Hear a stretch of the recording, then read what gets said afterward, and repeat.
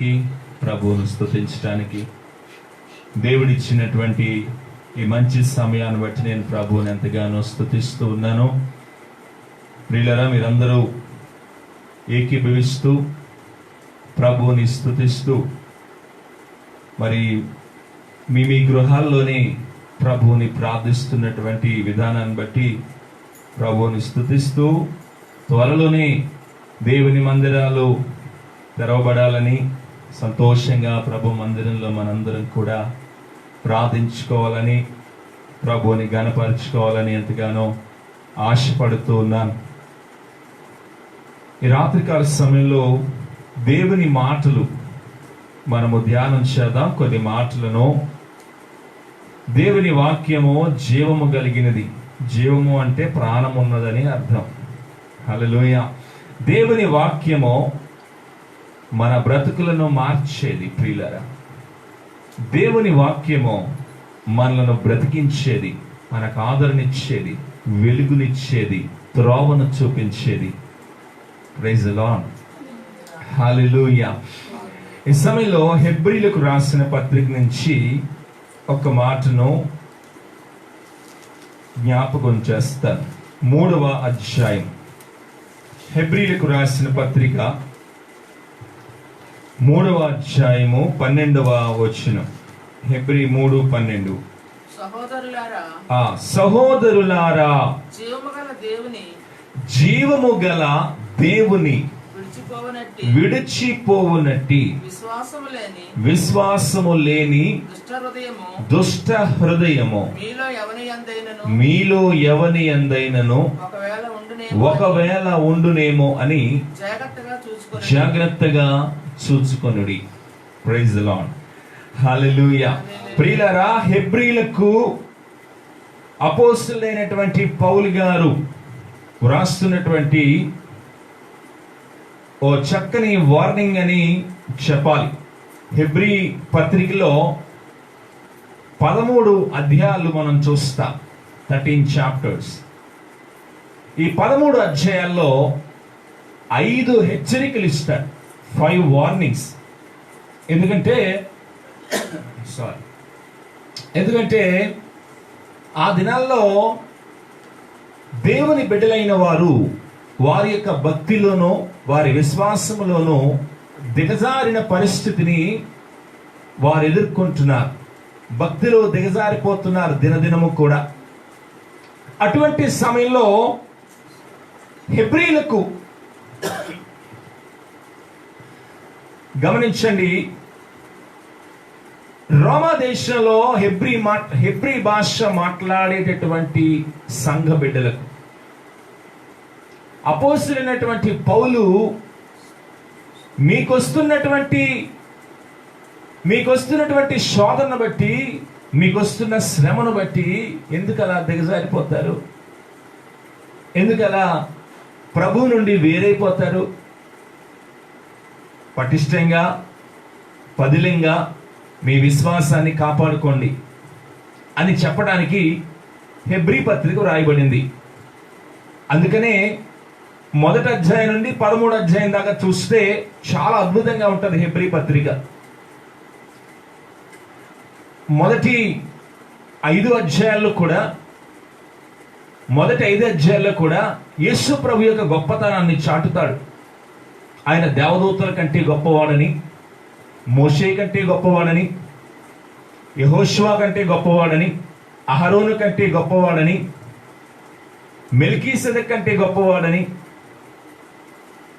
ఈ విధంగా హెబ్రీ పత్రిక మనం గమనిస్తే క్రీస్తును వెంబడిస్తున్న విశ్వాసులు వారి యొక్క అనుదిన జీవితంలో భక్తిలోనూ విశ్వాసములోనూ పడిపోకూడదని, నీచమైన స్థానానికి వెళ్ళకూడదని ఒక అద్భుతమైన ఉద్దేశంతో హెబ్రీ పత్రిక వ్రాయడం జరిగింది.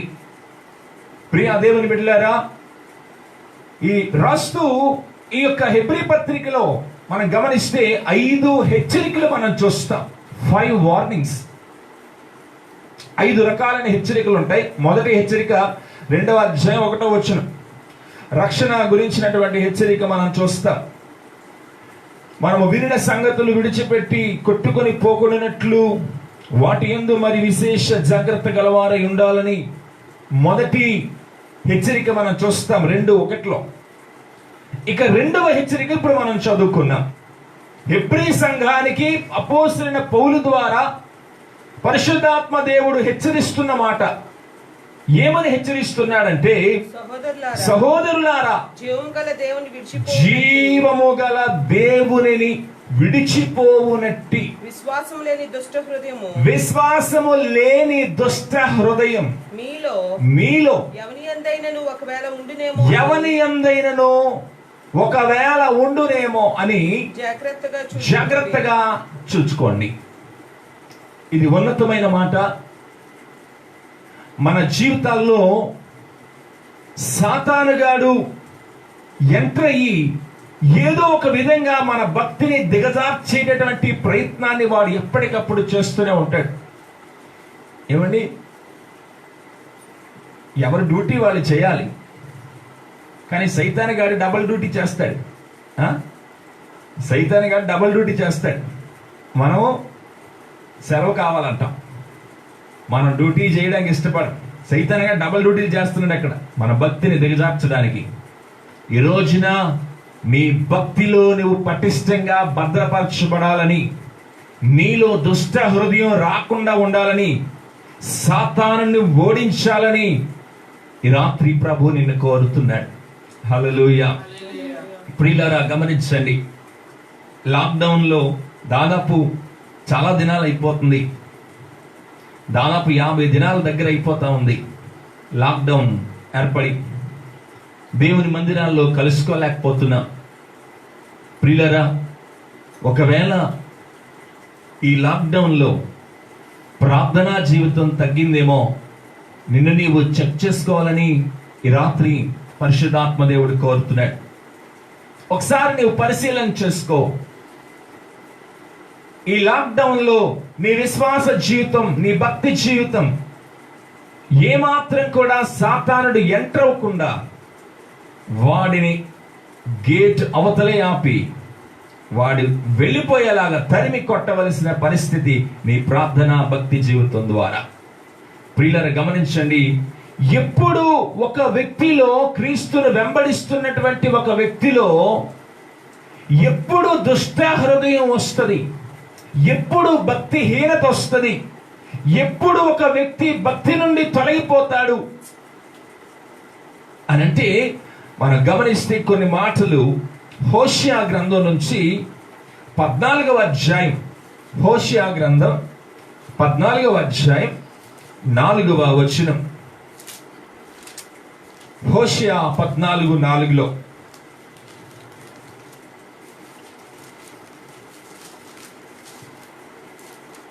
వారు విశ్వాసఘాతకులు కాకుండా, గమనించండి, మొట్టమొదటిగా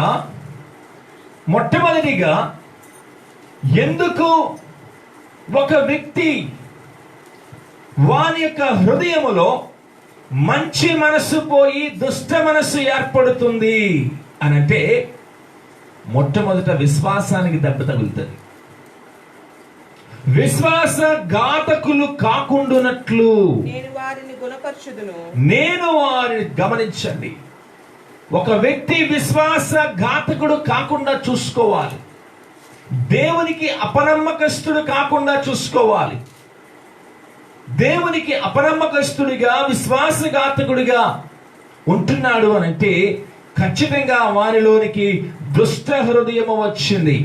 ఇక రెండవది, ఇర్మియా గ్రంథం 2వ అధ్యాయం 13వ వచనంలో, ఇర్మియా గ్రంథం 2వ అధ్యాయం 13వ వచనంలో, నా జనులు రెండు నేరములు చేసి ఉన్నారు, జీవజలముల ఓటనైన నన్ను విడిచి ఉన్నారు. మొట్టమొదటి అక్కడ మనం గమనిస్తాం, జీవ జలపు ఊటనైన నన్ను విడిచి ఉన్నారు. చాలండి, గమనించండి. మొట్టమొదటిగా ఈ భక్తిహీనంగా దుష్ట హృదయం కలిగి ఒక వ్యక్తి ఎందుకు దిగజారిపోతున్నాడంటే, మొదటిగా విశ్వాసఘాతకుడయ్యాడు. రెండవది, దేవుణ్ణి విడిచిపెట్టేశాడు. ప్రభుని వదిలేశాడు. ఇంతకుముందు ప్రభుని కలిగి ఉన్నవాడే ఆయా రకాల ఆశలను బట్టి దేవుణ్ణి వదిలేశాడు, దేవునిని విడిచిపెట్టేశాడు. చూడండి, నెమ్మదిగా ఇప్పుడు ఏమవుతుందంటే ఒక విశ్వాస జీవితము దుష్ట హృదయం వలె మారిపోతూ ఉంది. ప్రియులారా గమనించండి, మొట్టమొదట విశ్వాసఘాతకుడయ్యాడు, రెండవది దేవుణ్ణి విడిచిపెట్టాడు, మూడవది మత్తయి సువార్త 24వ అధ్యాయం 12వ వచనంలో, మత్తయి సువార్త 24వ అధ్యాయం 12వ వచనంలో, మత్తయి సువార్త 24:12 అక్రమము విస్తరించుట చేత అనేకుల ప్రేమ చల్లారును. అక్రమము విస్తరించుట చేత అనేకుల ప్రేమ చల్లారును. గమనించండి, ఈ దినాన ప్రేమ చల్లారిన వ్యక్తిగా, అరే ఈ వ్యక్తి ఏంట్రా మన దినాన అయ్య బాబోయ్ ఎంత ప్రేమ కలిగినటువంటి వ్యక్తిగా ఉండేవాడు, ఇప్పుడు ఎందుకు ఇలా జరుగుతుంది, ప్రేమలో దిగజారిపోతున్నాడేంటి, ప్రేమ చల్లారిపోయింది వాడి జీవితంలో. దుష్ట హృదయము వానిలోనికి వచ్చింది కనుక. దుష్ట హృదయము ఏనాడైతే వానిలోనికి వచ్చిందో ఖచ్చితంగా ప్రేమ చల్లారుతుంది, విశ్వాసఘాతకుడు అయిపోతాడు, దేవుని విడిచిపెట్టేస్తాడు. ప్రియులారా గమనించండి, మరొక మాట కూడా చదువు ముందుకు వెళ్తాను. ప్రకటన గ్రంథం 3వ అధ్యాయం 16వ వచనంలో మనందరికి తెలిసిన మాటే. ప్రకటన 3:16లో ఓ చక్కని మాట మనం చూస్తాం, చదువుదాం. నీవు వెచ్చగానైనను చల్లగానైనను ఉండక నువ్వు వెచ్చగానున్నావు గనుక. గమనించండి, వెచ్చగానైనను చల్లగానైనను నీవు ఉండకుండా నీ పరిస్థితి ఎలా ఉందంటే నులువెచ్చని పరిస్థితి. ఈ పరిస్థితి ఏ క్రైస్తవ జీవితానికి కూడా రాకూడదని ప్రభు ఆశపడుతున్నాడు. ప్రియులారా గమనించండి, ఈ రోజున రెండవ హెచ్చరిక అపోస్తలుడైనటువంటి పౌలు హెబ్రీయులకు రాసినటువంటి పత్రికలో 5 హెచ్చరికల్లో రెండవ హెచ్చరికను ఈ రోజు మనం మాట్లాడుతున్నాం. దుష్ట హృదయము ఒకవేళ వచ్చునేమో జాగ్రత్త కలిగి ఉండుడి. దుష్ట హృదయము ఎలా వస్తుందంటే విశ్వాసఘాతకుడిగా, రెండవది దేవుని విడిచిపెట్టుట ద్వారా, నులివెచ్చని స్థితిలోకి నువ్వు వెళ్ళిపోవడం ద్వారా, గమనించండి ప్రేమ నీలో చల్లారిపోవటం ద్వారా నువ్వు భక్తిహీనుడిగా మారిపోతావు. జాగ్రత్త సుమ, దుష్ట హృదయము నీలోనికి రాకుండా చూసుకోవాలని ప్రభు కోరుతున్నాడు. ఎందుకు ఇలా జరుగుతుంది ఏమండి? చాలాసార్లు మనం అనుకుంటే బాగానే ఉండేవాడండి ఈయన, ఒకప్పుడు బాగా ప్రార్థన చేసేవాడండి, ఒకప్పుడు చాలా చక్కగా భక్తిగా జీవించి, ఏంటోనండి అలాగైపోయాడు, ఏం తగిలిందోనండి అలాగైపోయాడు, ఏ సమస్య వచ్చిందోనండి అలాగైపోయాడు. చాలాసార్లు మనం వింటూ ఉంటాం ఇలాంటి మాటలు. ఒక క్రీస్తుని కలిగిన విశ్వాసి ఆ హృదయంలోనికి దుష్ట మనస్సు రావడానికి గల కారణం ఏమిటి? ఒకప్పుడు ప్రేమగా జీవించేటటువంటి నీవు ఈ రోజున ప్రేమ లేనటువంటి విధానంలోనికి వెళ్ళిపోవడం గల కారణం ఏమిటి? గమనించండి, దేవుణ్ణి విడిచిపెట్టడం గల కారణం ఏమిటి? ఒక రోజున ఎంత గొప్ప దేవుడని పెద్ద పెద్ద ప్రసంగాలు చేసావు కదా, ఈ రోజున దేవుణ్ణే విడిచిపెట్టగల కారణం ఏమిటి? ఈ దుష్ట హృదయం రావడం గల కారణం ఏంటో తెలుసండి? కొన్ని విషయాలు మీతో మాట్లాడతా ఈ రాత్రి. కారణం ఏంటంటే, మొట్టమొదట ఒక వ్యక్తి ప్రార్థన చేయకపోతే వాని హృదయంలోనికి దుష్ట మనస్సు వస్తుంది. యేసు ప్రభు అంటారు మత్తయి సువార్త 26వ అధ్యాయం 41వ వచనంలో, మత్తయి సువార్త 26వ అధ్యాయం 41వ వచనంలో చదువుదామా? మీరు శోధనలో ప్రవేశించుకున్నట్లు మెలకువగా ఉండి ప్రార్థన చేయుడి. చాలు. శోధనలో ప్రవేశించుకున్నట్లు మెలకువగా ఉండి ప్రార్థన చేయుడి అంటే ప్రార్థన చేస్తే ఎందులో పడం మనం? అంటే ప్రార్థన చేయకపోతే శోధనలో పడిపోతాం. అమ్మ, శోధనలో పడిపోవడం అంటే అప్పులైపోవడం, ఆ కోడలు గారిని అత్త తిట్టడం, అత్తను కోడలు తిట్టడం, ఏం లేనిపోని సమస్యలు రావడం, భయంకరంగా పరిస్థితులు, కుటుంబంలో పరిస్థితులన్నీ మారిపో, ఇవే శోధనలు అనుకుంటున్నారా? నీ భక్తి జీవితం నుంచి నీవు తొలగిపోవడం కూడా నీ జీవితానికి వచ్చిన ఒక పెద్ద శోధన. నీవు నీ భక్తిలో దిగజారిపోతున్నావంటే, ప్రార్థన జీవితంలో దిగజారిపోతున్నావంటే ఒక భయంకరమైన శోధనను ఎదుర్కొంటున్నావు. ఈ రోజున ఆత్మీయ మేల్కొల్పు ప్రియులారా గమనించండి.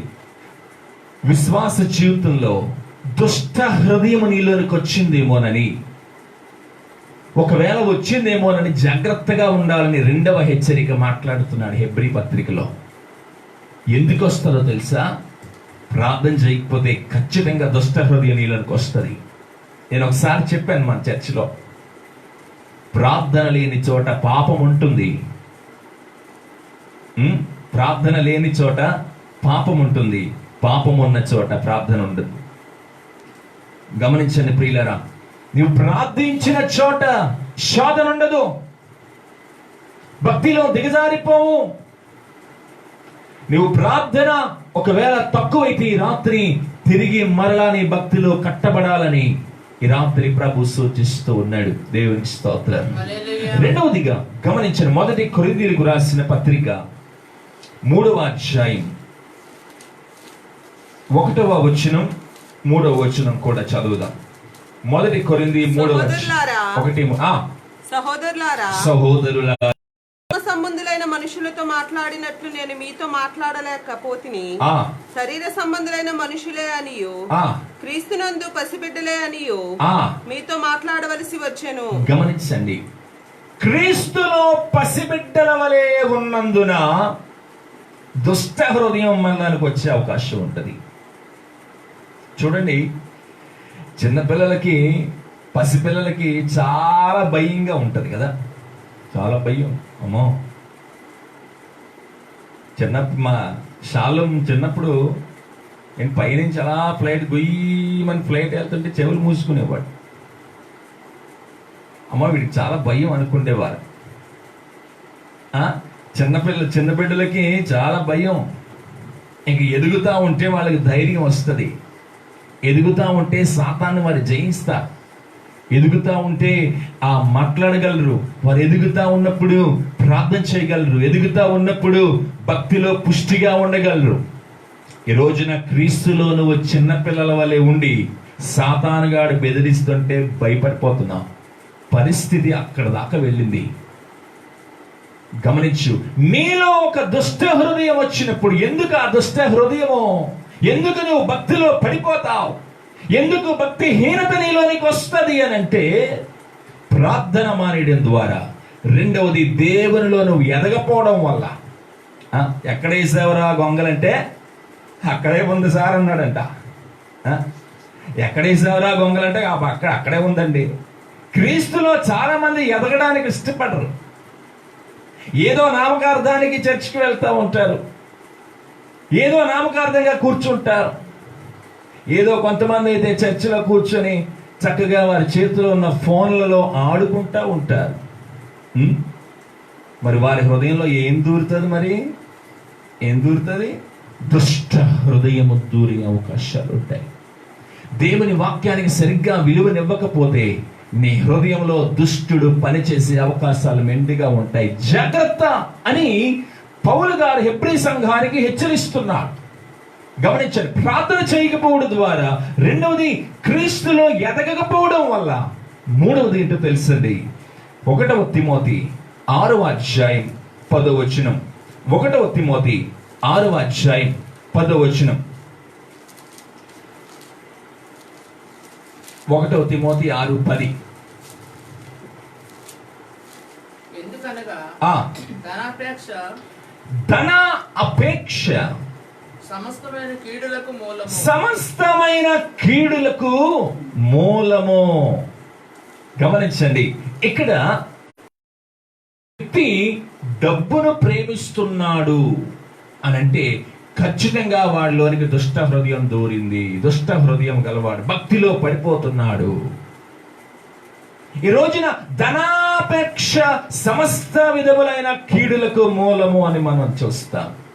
ఈ రోజున భక్తిని సంపాదించుకో, నీ వెనక డబ్బు వస్తుంది. గుర్తుంచుకోండి ఈ మాట. ఈ రోజు నువ్వు భక్తి సంపాదించుకుంటే డబ్బుకు నువ్వంటే ఇష్టం, నీ భక్తి అంటే ఇష్టం. హల్లెలూయా. నీ భక్తి అంటే ఇష్టం, డబ్బుకి నువ్వంటే ఇష్టం కాదు. నువ్వు భక్తిని సంపాదించుకుంటే నీకు ఎంత కావాలో అంత దేవుడు పంపిస్తాడు సమృద్ధిగా. హల్లెలూయా. నీకు డబ్బు కావాలంటే భక్తి పోద్ది. ఇక్కడ డబ్బు మీద ఆసక్తి ఎప్పుడైతే నువ్వు పెంచుకున్నావో, డబ్బు డబ్బు డబ్బు అని గుండె కూడా డబ్బు అని కొట్టడం మానేసి డబ్బు డబ్బు అని కొట్టుకుందో, ఖచ్చితంగా నీవు భక్తుడు భక్తిహీనుడు అయిపోతావు. ఈరోజు నీ మనసు డబ్బు మీద పెట్టద్దు. దేవుడు ఇస్తాడు, దేవుడు పోషిస్తాడు. దేవుడు నువ్వు పని చేయడానికి కావలసిన శక్తిని, బలాన్ని ఇస్తాడు. ప్రభువు నిన్ను నడిపిస్తాడు. దానికదే నీ వెనకాల పంపిస్తాడు దేవుడు. నువ్వు సంపాదించుకోవాల్సింది భక్తి. దేవుని యొక్క కార్యాల మీద అపేక్ష నీకు కావాలి, డబ్బు మీద కాదు. ఈ రోజున డబ్బుని ప్రేమించిన వాడు ఖచ్చితంగా ఏమయ్యాడు? ఇస్కరియోతు యోధ. యోధ ఏమయ్యాడండి? ఇస్కరియోతు యోధ ఏమయ్యాడు? యేసు ప్రభువుని ప్రేమించాడా, డబ్బును ప్రేమించాడా? డబ్బుని ప్రేమించిన ఒక వ్యక్తి సంగతి ఏమైందో మనకి తెలుసు కదా. డబ్బుని ప్రేమించినటువంటి ఇస్కరియోతు యోధ యొక్క జీవితము ఎలాగూ పతనమైపోయింది. ప్రియా దేవుని బిడ్డలారా, యేసుని ప్రేమించిన మిగిలిన శిష్యుల యొక్క జీవిత చరిత్రలు ఏ విధంగా వ్రాయబడ్డాయి ఇది నాన్న గమనించండి. విశ్వాసము లేని దుష్ట హృదయము ఒకవేళ మీలోనికి వచ్చినేమోనని జాగ్రత్తగా ఉండండి అని హెచ్చరిస్తూ ఉన్నాడు ప్రియులారా. ఇంకా ఎలా ఈ దుష్ట హృదయం వస్తుందంటే, 1 కొరింథీ 15వ అధ్యాయం 33వ వచనం. 1 కొరింథీ 15వ అధ్యాయం 33వ వచనం. దుష్ట సాంగత్యము మంచి నడవడిని చెరుపును. ఇక్కడ బ్యాడ్ కంపెనీ, చెడ్డ స్నేహము నీ భక్తిని చెరిపేస్తుంది. ఈ రాత్రి ఒక మాట నీకు జ్ఞాపకం చేస్తున్నా. నువ్వు ఎలాంటి స్నేహితులతో స్నేహం చేస్తున్నావో నాకు తెలియదు, కానీ ఒకవేళ వారు ఆ స్నేహము మంచి స్నేహము కాకపోతే వారితో తెగతెంపులు చేసుకో. యేసు ప్రభువే నిజమైన స్నేహితుడు. హల్లెలూయా. నిన్ను ఒడ్డును దాటించగలిగిన దేవుడు ఆయన ఒక్కడే. ఆయన నీకు స్నేహితుడిగా మార్చుకో. నీవు మనుషుల్లో ఎవరిని స్నేహితులుగా చేసుకున్నా నట్టనడి సముద్రంలో నిన్ను ముంచేస్తారు. దుష్ట సాంగత్యము మంచి నడవడిని చెరుపును అని దేవుని వాక్యం సెలవిస్తూ ఉంది. నీకు చెడ్డ మాటలు నేర్పిస్తా. నీ చెవుల్లో ఎప్పుడూ చెడ్డవే ఊదుతుంటారు. నీతో ఎప్పుడూ చెడ్డవే మాట్లాడుతూ ఉంటారు. ఇతరుల గురించి చెడ్డ భావనే నీకు కలిగిస్తూ ఉంటారు. అటువంటి వారితో నీకు స్నేహం ఎందుకు? అటువంటి వారితో నీవు స్నేహం చేస్తే నీ విశ్వాస హృదయము పోయి నీలోనికి దుష్ట హృదయము వచ్చే అవకాశం ఉంటుంది. కనుక చెడ్డ స్నేహము మానం. ఈ రోజున భక్తుడు భక్తిహీనుడుగా మారిపోవడం గల కారణం ఏంటో తెలుసా? నెంబర్ 1, నువ్వు ప్రార్థన చేయట్లేదు, అందుకే భక్తిహీనుడిగా మారిపోతున్నావు. రెండవది, ఇంకా క్రీస్తులో ఎదగడానికి ఇష్టపడట్లేదు, అందుకే భక్తిహీనుడిగా మారుతున్నావు. నీవు ధనాన్ని ఎక్కువగా ప్రేమిస్తున్నావు, డబ్బుని ప్రేమిస్తున్నావు. గుడైనా మానేస్తున్నావు, కానీ డబ్బు మాత్రం వెళ్ళిపోతున్నావు. ఆదివారం డబల్ డ్యూటీ, ఆదివారం అంటే 2 మస్తర్లండి. నో, ఆదివారానికి 2 మస్తర్లు కాదు, 10 మస్తర్లు ఇచ్చిన దేవుని ఆలయానికి, దేవుని ఆరాధనకి ఎప్పుడైతే నువ్వు ప్రాముఖ్యతనిచ్చావో తప్పకుండా దేవుడు ఆ రోజు నిన్ను దీవిస్తాడు. Praise the lord. ఈ రోజున దేవునికి నువ్వు సరైనటువంటి విధానములో ఆయన గౌరవాన్ని ఇవ్వటలేదు. విశ్వాసము లేని దుష్ట హృదయం నీలోనికి వచ్చినేమో, జాగ్రత్త అని ప్రభు కోరుతూ ఉన్నాడు. 2వ తిమోతికు త్వరగా చూడండి. 2వ తిమోతికు రాసిన పత్రిక 2వ అధ్యాయం 16వ వచనంలో. 2వ తిమోతి 2:16 చూద్దాం. అపవిత్రమైన వట్టి మాటలకు విముఖుడవై ఉండుము. గమనించండి, అపవిత్రమైన వట్టి మాటలకు విముఖుడవై ఉండుము. ఈ రోజున భక్తురాలా, నువ్వెందుకు భక్తిహీనతలోనికి దిగజారిపోతున్నావంటే, భక్తిహీనతలోకి వెళ్ళిపోతూ భక్తి గలవాడి వలె, భక్తిరాలు వలె నువ్వు వేషం వేస్తూ యాక్టింగ్ ఎందుకు చేస్తున్నావంటే ఇవి కారణాలు. ప్రార్థన లేదు, డబ్బు మీద ఆసక్తి ఎక్కువైంది, క్రీస్తులు ఎదగడానికి ఇష్టపడటం లేదు, సాంగత్యము స్నేహము బాగలేదు, ఇక అపవిత్రమైన మాటలను పలుకుతున్నావు. నీ నోరు దేవుని స్తుతించడానికి ఇవ్వబడింది. హల్లెలూయా. నీ నోరు రుచిగల మాటలు పలకడానికి ఇవ్వబడింది. నీ నోరు ఇతరులను ప్రోత్సహించడానికి నీ నోరు ఇవ్వబడింది. నీ నోరు అపవిత్రమైన మాటలు మాట్లాడడానికి కాదు. గమనించండి ప్రియులారా. అందుకని తిమోతితో పౌలు అంటాడు, అపవిత్రమైన ఒట్టి మాటలకు విముఖుడిగా ఉండు. దుష్టుల ఆలోచన చెప్పు నడువుగా, పాపల మార్గము నిలువుగా, అపహాసకులు కూర్చుండు చోటను కూర్చుండగా. ఆ మాటలు మీరు గమనించారా? ఒట్టి మాటలు మాట్లాడే వారితో, ఒట్టి మాటలు పలుకుతూ అపహాస్యం చేసే వారితో నువ్వు కూర్చుంటే దీవించబడలేవు. ఈ రోజున భక్తి నుండి భక్తిహీనతకు వస్తే, నీ భక్తి జీవితం నుండి భక్తిహీనమైన నీ జీవితానికి గనక వస్తే ఏం జరుగుతుందో తెలుసా? ఏం జరుగుతుందో అనుకున్నావు? రోమాపత్రిక 2వ అధ్యాయం, త్వరగా చూద్దాం, సమయం అయింది. రోమాపత్రిక 2వ అధ్యాయం 24వ వచనం. రోమా 2:24. వ్రాయబడిన ప్రకారము మిమ్మును బట్టియే కదా దేవుని వాక్యము, దేవుని నామము అన్యజనుల మధ్యన దూషింపబడుచున్నది. అయ్యయ్యో, ఏం జరుగుతుంది ఈ రోజున? మిమ్మల్ని బట్టి కదా, నువ్వు ప్రార్థన చేయకపోవడాన్ని బట్టి, దేవుల్లో ఎదగకపోవడం వల్ల బట్టి, డబ్బు మీద ఆశ పెరిగిపోవడాన్ని బట్టి, నీ స్నేహం బాగులేని విధానాన్ని బట్టి, ఈ రోజున అపవిత్రమైన మాటలు పలుకుతూ సమయాన్ని వ్యర్థం చేస్తున్న విధానమును బట్టి. లాక్డౌన్ కదండి, ఏం చేయమంటారు మరి? లాక్డౌన్ కదా, బోరు కొట్టేస్తుంది. బోరుగా ఉందండి. అష్టాచమ్మ, అబ్బోబో, అష్టాచమ్మ ఆట, జల్దీ ఫైవ్లాట. ఈరోజు క్రీస్తు బిడ్డల వలె ఉండాలని ప్రేమతో పరిశుద్ధాత్మ దేవుడు తెలియచేస్తున్నాడు. దేవుని స్తోత్రం. గమనించండి ప్రియులారా, ఈ రోజున మిమ్ములను బట్టియే కదా ఏం జరుగుతుంది? దేవుని నామము ఏమవుతుందట? అన్యజనుల మధ్య దూషించబడుతుంది. మిమ్మును బట్టియే కదా. ఈ రోజు నువ్వు భక్తి నుండి భక్తిహీనతకు దిగజారితే నిన్ను బట్టి దేవుని నామము దూషించబడుతుంది అనే విషయాన్ని నేను జ్ఞాపకం చేస్తున్నాను. నిన్ను బట్టి దేవుని నామము దూషించబడకుండా మీ ప్రవర్తనను కాచుకోవాలని, భక్తుడిగాని భక్తురాలుగానే ఉండాలి. భక్తిహీనతలోనికి దిగజారకుండా చూసుకోవాలని ప్రభు హెచ్చరిస్తూ ఉన్నాడు. ప్రియులారా, గమనించండి. మరొక మాట కూడా చెప్పి నేను ముందుకు వెళ్తాను. మొదటి తిమోతి 1వ అధ్యాయం 19వ వచనంలో, మొదటి తిమోతి 1:19లో ఏం జరుగుతుంది? నువ్వు భక్తిహీనురాలు, భక్తిహీనుడు అయితే ఏం జరుగుతుంది? అట్టి మనసాక్షిని కొందరు త్రోసివేసి విశ్వాస విషయమై వాడబద్దలైపోయిన వారి వలె చెడి ఉన్నారు. ఇందాకేమైంది? భక్తి నుంచి నువ్వు భక్తిహీనతకి వెళితే దేవుని నామం అవమానపరచబడుతుంది. రెండవది, నువ్వు భక్తిహీనతకు గనక వెళ్తే సముద్రంలో ఒక వాడ వెళ్ళిపోతా ఉంది. వాడికి చిల్లు పడితే, ఆ ఓడ నెమ్మదిగా బద్దలైతే ఏం జరుగుతుంది? సమస్తము వాటర్ అంతా కూడా, సముద్రములో ఉన్నటువంటి నీళ్ళన్నీ కూడా వచ్చి ఆ ఓడను ముంచి సముద్ర అట్టడుగు భాగానికి తీసుకెళ్ళినట్లుగా ఈరోజు నీ విశ్వాసాన్ని దొంగిలించి సాతానుగా నిన్ను భయంకరమైన రీతిలో చేయటానికి గర్జించు సింహములాగా వాడు తిరుగుతున్నాడు. జాగ్రత్త. నీ సమస్యను బట్టి బెదరకు, నీకున్న బలహీనతను బట్టి బెదరొద్దు. భక్తిని భక్తిగానే ఉంచుకొని దృఢమైన విశ్వాసములో యేసు కొరకు ముందుకు సాగిపోవాలి. హల్లెలూయా. ప్రియులారా, గమనించండి.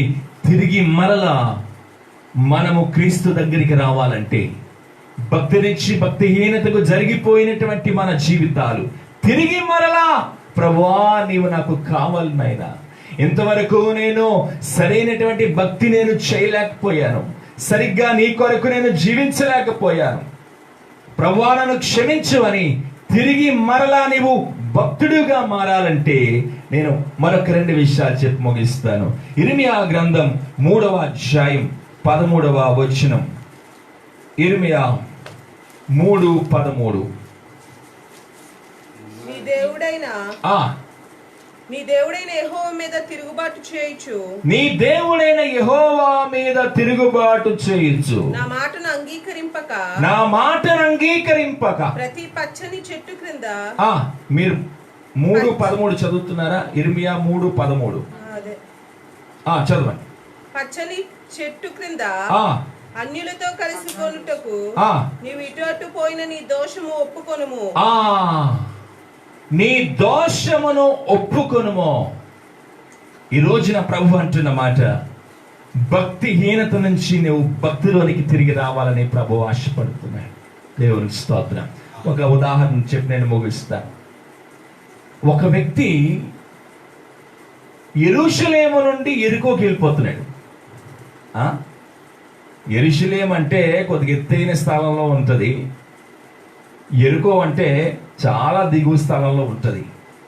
యెరూషలేము నుండి యెరికోకి వెళ్ళిపోతున్నాడు అంటే ఏమంటే చాలా డౌన్ అయ్యి ఉంటుంది కదా, చాలా డౌన్ అయ్యి ఉంటుంది. చాలా ఈజీగా నవ్వు భలేగా ఉంది. అసలు బ్రేక్ వదిలేమంటే తొక్కే అవసరం లేదు సైకిల్. అసలు చాలా బాగుంది. డౌన్ అయితే చాలా భలేగా ఉంటుంది. జారుడు బల్లలాగా ఏమైనా దొర్లుకొని వెళ్ళిపోవచ్చు. గమనించండి, పరిశుద్ధత నుండి నీవు పాపానికి వెళ్ళినప్పుడు చాలా సులువుగా ఉంటుంది. చాలా సులువుగా ఉంటుంది. పరిశుద్ధ జీవితం నుండి నీవు పాపపు కార్యాలకి, నీ భక్తి జీవితం నుండి భక్తిహీనతకి జారిపోతా ఉంటే, అబ్బో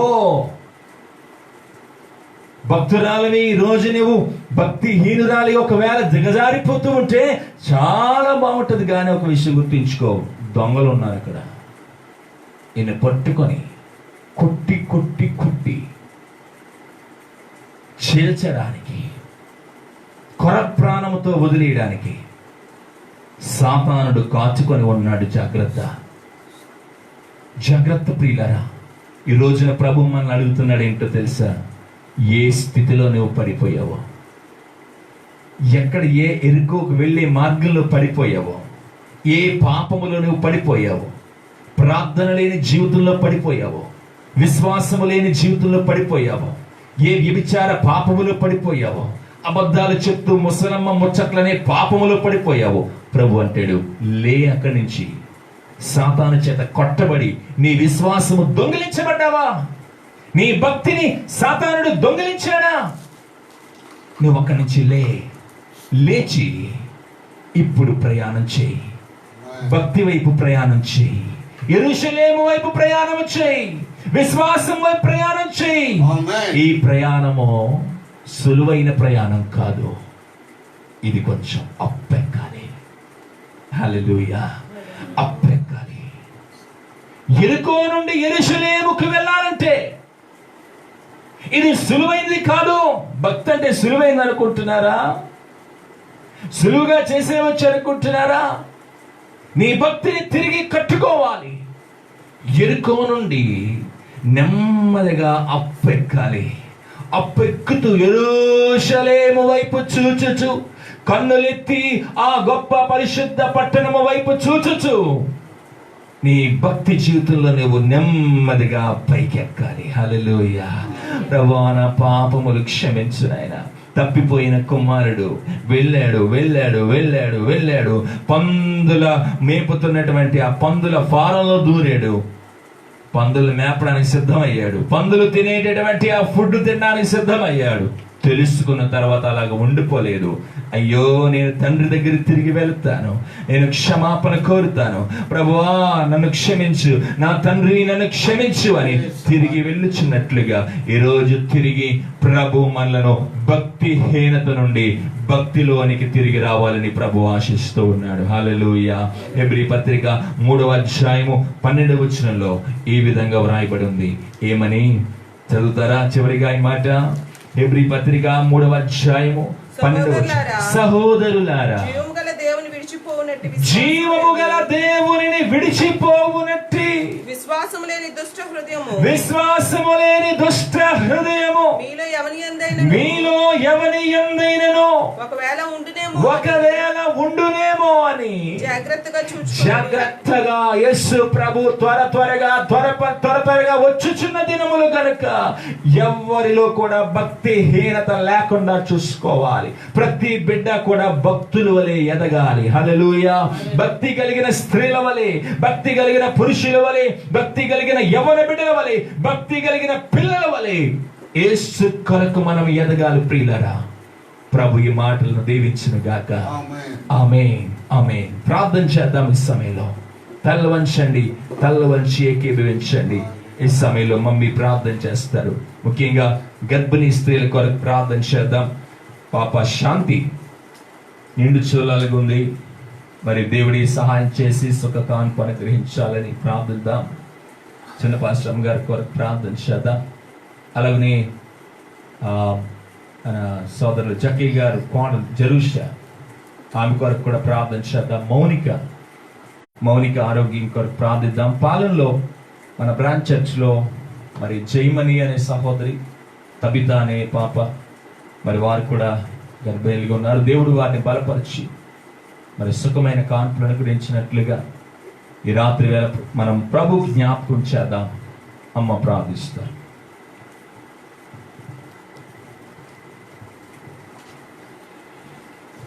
స్తోత్రం దేవా, స్తోత్రం స్తోత్రం స్తోత్రం స్తోత్రం స్తోత్రం స్తోత్రములు నాయన. మహాగణుడా, పరిశుద్ధుడా, ప్రేమ కలిగిన యేసయ్యా, మీకు వందనాలు చెల్లిస్తున్నాం తండ్రి. అయ్యా, ఈ యొక్క రాత్రి వేళలో ప్రభువా, ఈ యొక్క ఉపవాస కూడికలో నాయన మీకు వందనాలు తండ్రి. ఈ యొక్క లైవ్ ప్రోగ్రామ్ ద్వారా ఎంతమంది బిడ్డలైతే నీ యొక్క మాటలు విని ఉన్నారో ప్రభువా, అయ్యా మీరు జ్ఞాపకం చేసుకోండి తండ్రి. మీకు వందనాలు చెల్లిస్తున్నాం. అది తండ్రి కొన్ని వారాలు అయిపోయింది నాయన మందిరంలో నాయన వెళ్ళకుండా. నాయన దుష్టుడు సాతానుడు అనేక రీతిలుగా ప్రభువా నా తండ్రి ఆటంకాలు పెట్టి ఉన్నాడు నాయన. దుష్ట ఆటంకాలన్నీ మీరు నీకు వందనాలు ప్రభువా.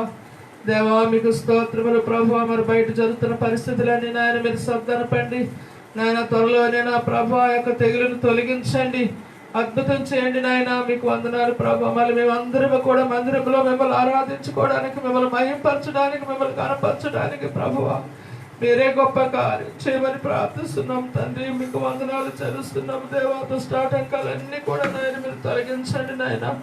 దేవమా నీకు వందనాలు చెల్లిస్తున్నాం. అలాగే దేవానికి వందనాలు ప్రభువా. నాయన తండ్రి మీ దాసులు నిలబెట్టుకుని నాయన మా అందరితో మీరు మాట్లాడి ఉన్నారు. నీకు వందనాలు ప్రభువా. వాక్య భాగం ద్వారా నా తండ్రి మా అందరితో మీరు మాట్లాడి ఉన్నారు నాయన. నీకు వందనాలు చెల్లిస్తున్నాము తండ్రి. దైవ మా యొక్క భయంకరమైన దినాల్లో మా యొక్క భక్తిని, మా యొక్క విశ్వాసమును ప్రభువా మీరు ఏ విధముగా కాపాడుకోవాలో ప్రభువా. నాయన దుష్టుడు సాతానుడు ఎవరిని మింగుదామని సాతానుడు ఎదురు నా తండ్రి గర్జించి సింహమాలి వాడు తిరిగిలాడుచున్నాడు నాయన. అయ్యా మీకు స్తోత్రములు ప్రభువా. నాయన భక్తిని నా తండ్రి నాయన పడగొట్టడానికి, భక్తిలో ఉన్న వారిని నా తండ్రి నాయన చెడగొట్టడానికి ప్రభువా నాయన తిరుగుచు ఉన్నాడు నాయన. వాడి కార్యములన్నీ కూడా మీరు దూరపరచండి తండ్రి. భక్తులు ఏమాత్రం కూడా మేము బలహీనము కాకుండా ప్రభువా దినదినము మీలో ఎదిగి ఫలించడానికి సహాయం చేయమని ప్రార్థన చేస్తున్నాము తండ్రి. మీకు స్తోత్రములు ప్రభువా. అయ్యా దుష్ట హృదయం ఒకవేళ ఉన్నదేమో పరీక్షించుకోమంటున్నావు దేవా. నీకు వందనాలు తండ్రి. ప్రతిదినం ప్రతి క్షణము కూడా మేము పరీక్షించుకొని మీ అంత భయం కలిగి, భక్తి కలిగి ప్రభువా మీ యొక్క అడుగు జాడలు నడవడానికి సహాయం చేయమని కూడా ప్రార్థిస్తున్నాం. కృప చూపండి నాయన. మీకు వందనాలు తండ్రి. అలానే నాయన ఈ సమయంలో కూడా ఉన్న మమ్మల్ని అందరినీ జ్ఞాపకం చేసుకోండి అయ్యా. మా యొక్క సంఘాన్ని జ్ఞాపకం చేసుకోండి. మా సంఘ బిడ్డలందరినీ జ్ఞాపకం చేసుకోండి. చాలా మంది ప్రార్థన సహాయం కోరారు, వారిని కూడా జ్ఞాపకం చేసుకోండి ప్రభువా. నీకు వందనాలు తండ్రి. మా సంఘంలో కొంతమంది బలహీనలు ఉన్నారు, వారిని ముట్టండి, స్వస్థపరచండి నాయన. గర్భిణీ స్త్రీలకు మంచి ఆరోగ్యాలు ఇవ్వండి నాయన. మీకు వందనాలు తండ్రి. దేవామగ మంగమ్మ గారి మనోరాలు శాంతి కొరకు ప్రార్థిస్తున్నాం నాయన. నిండా చోళాలుగా ఉంది, ఆమె సకాలంలో సుఖమైన ప్రసూతి దయచేయమని ప్రార్థిస్తున్నాం తండ్రి. అలానే మౌనికాన్ని మీరు జ్ఞాపకం చేసుకోండి తండ్రి. మరి ఆమె కూడా మంచి ఆరోగ్యాన్ని ఇవ్వండి, సకాలంలో సుఖమైన ప్రసూతి మీరు అనుగ్రహించండి నాయన. కొంత భయపడుతుంది ప్రభువా. అయ్యా ఆమెలో ఉన్న భయాన్ని తొలగించి గొప్ప ధైర్యాన్ని ఇవ్వమని కూడా ప్రార్థన చేయించున్నాం. సహాయం చేయండి. జక్కీ గారి కోడల కొరకు ప్రార్థిస్తున్నాను నాయన. మీరు జ్ఞాపకం చేసుకోండి ప్రభు. తనకు కూడా మంచి ఆరోగ్యాన్ని ఇవ్వండి, ఇచ్చిన గర్భాలను దీవించండి. అలానే నా తండ్రి పాలెంలో కూడా బిడ్డలు ఉన్నారు, జయమని నాయన. తను కూడా జ్ఞాపకం చేసుకోండి, వారిని కూడా దీవించి మంచి ఆరోగ్యాలు ఇవ్వండి నాయన. అయ్యా మీకు స్తోత్రములు తండ్రి. బయట వాళ్ళు కూడా అమ్మాయి ఉంది ప్రభా, మరి ఆమెను కూడా జ్ఞాపం చేసుకోమని ప్రార్థిస్తున్నాం. అయ్యా నీకు వందనాలు తండ్రి. సమయంలో వచ్చిన పాస్టమ్ గారు జెరూసలేం జ్ఞాపకం చేసుకోండి, తనకు కూడా మంచి ఆరోగ్యం దయచేయమని ప్రార్థిస్తున్నాం. సకాలంలో సుఖమైన ప్రసూతి దయచేయండి నాయన, కృప చూపండి తండ్రి. బయట ఎండలు చాలా ఎక్కువగా ఉన్నాయి నాయన తండ్రి. ఎవరికి ఎటువంటి బలహీనతకు గురి కాకుండా మీరు కాపాడమని ప్రార్థిస్తున్నాను నాయన. సహాయం ఇచ్చేయండి అయ్యా, సహాయం ఇచ్చేయండి నాయన. అలానే మీ దాసులు కూడా బలహీనంగా ఉంటున్నారు తండ్రి, మీరు ముట్టండి, స్వస్థపరచండి, దేవా సహాయం ఇచ్చేయండి నాయన. కనికరించండి దేవా, కనికరించండి తండ్రి. ఆయన తండ్రి ఎడ్ల వల్ల ప్రభు మరి తండ్రి చాలా బలహీనంగా ఉంటున్నారు, మీరే కనికరించి స్వస్థపరిచి మంచి ఆరోగ్యం దయచేయండి నాయన. అలానే అన్నపూర్ణమ్మ గారిని జ్ఞాపకం చేసుకోండి నాయన. రత్నకుమారి గారిని జ్ఞాపకం చేసుకోండి నాయన. నాయన పోలిపిల్లి గారిని జ్ఞాపకం చేసుకోండి. వృద్ధాప్యములు ఉన్నారు ప్రభు, ఇంకెంతమంది అయితే బలహీనలు ఉన్నారు వారందరిపై మీ హస్తాన్ని చాపమని ప్రార్థిస్తున్నాం. కనికరించండి నాయన. నాకు చెప్పిన ఇంకా మీ దాసులు బలపరచుకొని మీ పరిచయంలో వాడుకోండి. అందరిని కూడా జ్ఞాపకం చేసుకోండి. కూడి ఉన్న మమ్మల్ని అందరినీ కూడా మీరు జ్ఞాపకం చేసుకోండి. రాత్రి వేళలో నీ సన్నిధి తోడుగా ఉంచి రేపు జరగబోయే ఆరాధన అంతా కూడా సండే స్కూల్ ఆరాధన అన్ని కూడా దీవెనకరంగా జరిగించి మీరే మహిమ పొందండి. యేసయ్య నామములో అడిగి వేడుకుంటున్నాం తండ్రి, ఆమేన్. ప్రార్థన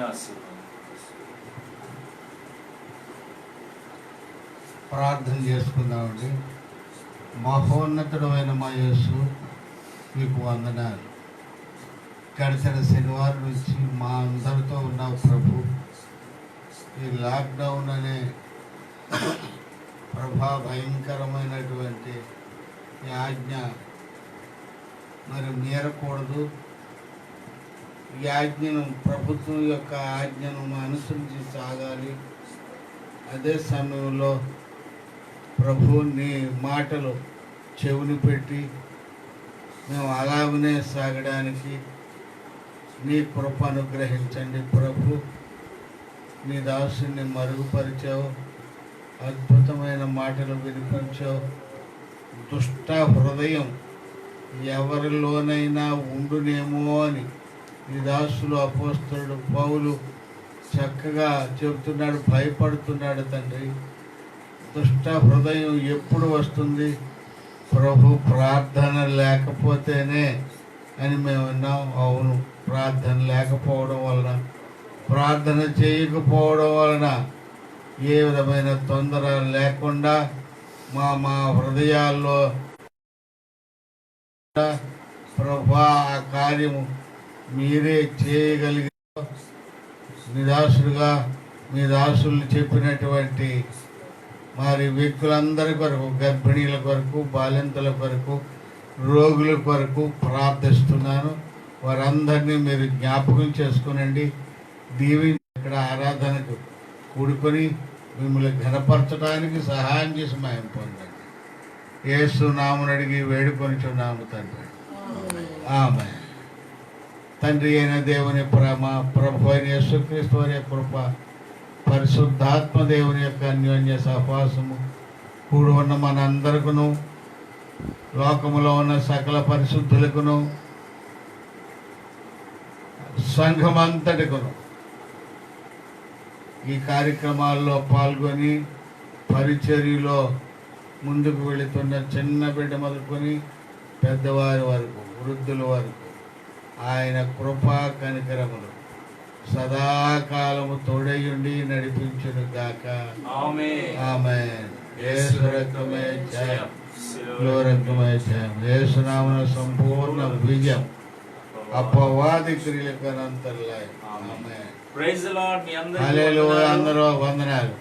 రేపు ఉదయం మరి 10:45 తిరిగి ఆరాధనలో మనం అందరం కలుసుకుందాం. అలాగే ఎల్లుండి సాయంత్రం ప్రేయర్ ఫర్ ఇజ్రాయెల్, మరి ఇజ్రాయెల్ ప్రజల కొరకు మనం ప్రత్యేకంగా ప్రార్థించే దినం. మరి సోమవారం సాయంత్రం 7 గంటలకి మళ్ళా లైవ్ ఉంటుంది పిఎఫ్ఐ మీటింగ్.